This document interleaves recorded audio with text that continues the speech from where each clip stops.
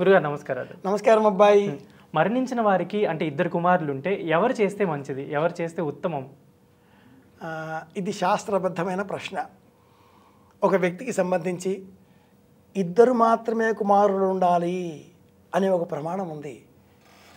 సనాతన వైదిక ధర్మంలో ఎవరికైనా కుటుంబ వ్యవస్థలో ఫ్యామిలీ ప్లానింగ్ అన్నప్పుడు ఎవరికైనా కూడా ఇద్దరే సంతానం, జ్యేష్ఠ కనిష్ఠ, ఆ తర్వాత ఉండే సంతానం ఎంతమంది అయినా కూడా కామజా 1, కామజా 2, కామజా 3 అనే చెబుతుంది. కానీ జ్యేష్ఠ కనిష్ఠ ఇద్దరినే సంతానంగా పొందాలి. ఇది వైదిక ధర్మం చెప్పిన బోధ. ఒక వ్యక్తి మరణిస్తే మరణించిన ఆ వ్యక్తికి సంబంధించిన ఔర్ధ్వదైహిక క్రియాకలాపాలను, మాసికాలను, తద్దినాలను, ఆబ్దికాలను ఇరువురు కుమారులు వేరువేరుగా పెట్టుకుంటే ఈ వ్యక్తి ఆత్మ ఏ ఇంటికి పోతుంది అనే ప్రశ్న చాలామంది మనసులో మెదులుతూ ఉంటుంది. నేను మా నాన్నకి చాలా చేశా కాబట్టి మా నాన్న మా ఇంటికే వచ్చేస్తాడు అని ఒకడు అనుకుంటూ ఉంటే, నా మీద మా నాన్నకి చాలా ప్రేమ, నేను ఎలా చేసినా ఏం చేసినా మా ఇంటికి వచ్చేస్తాడు అని మరో వ్యక్తి అనుకుంటూ ఉంటాడు. చేసిన తప్పుని మనసులో దాచుకుంటూ ఇప్పుడు ప్రపంచానికి ప్రచారార్థం చేసే క్రియాకలాపాలుగా మారిపోతున్నాయి ఈ మాసికాలు, తద్దినాలు ఇవన్నీ కూడా. బతికున్నప్పుడు ఏం చూసావు, ఏం చేశావు, ఎలా చూసావు అనేది పక్కన పెట్టి ప్రపంచంలో ఉండే వాళ్ళందరినీ పిలిచి లేదా నీవు చేసే పనిని ఫోటోలు తీస్తూ, వీడియోలు తీస్తూ, లైవ్ టెలికాస్ట్లు పెడుతూ ప్రచారం చేసుకుంటూ మా నాన్నకి నేను మాసికం పెట్టాను, ఎందుకు? ప్రచారార్థమా? అది కాదు ధర్మం చెబుతుంది.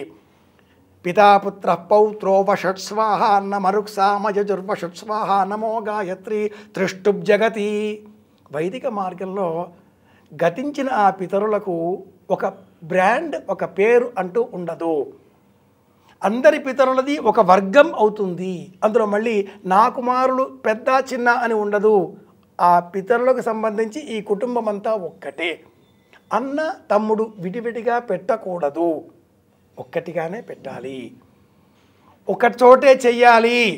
కనిష్ట ఏవతు అంటూ ఆ శ్రాద్ధ మంత్రంలో చిట్ట చివరి సూత్రం ఒకటి ఉంటుంది. చిట్ట చివరి సూత్రం ఇది ఏమిటి అంటే, అన్నదమ్ములు ఎంతమంది ఉన్నా పెద్దవాడు కర్మాధికారి, కర్మజ్యేష్ఠుడు, చట్టం ప్రకారంగా అతడికి ఒక అర్ధ ఎకరం ఎక్కువ పొలం ఇస్తారు కూడా. అతడు పైన ఉండి ఇలా నీళ్లు విడిచిపెడితే కనిష్ట ఏవతు చివరిగా చిట్ట చివరి కింద చెయ్యి చివరి వాడికి ఉంటుంది. అందరూ వరుసగా చేతులు పెడితే పైన పెద్దవాడు నీళ్లు పోస్తాడు, కింద చిన్నవాడు వదిలిపెడతాడు. కలిసి ఉండాలి అనేటటువంటి నీతిని ఈ మాసిక నియమం బోధిస్తుంది. ఇది ధర్మం, ఇది ఆచరణ విధానం.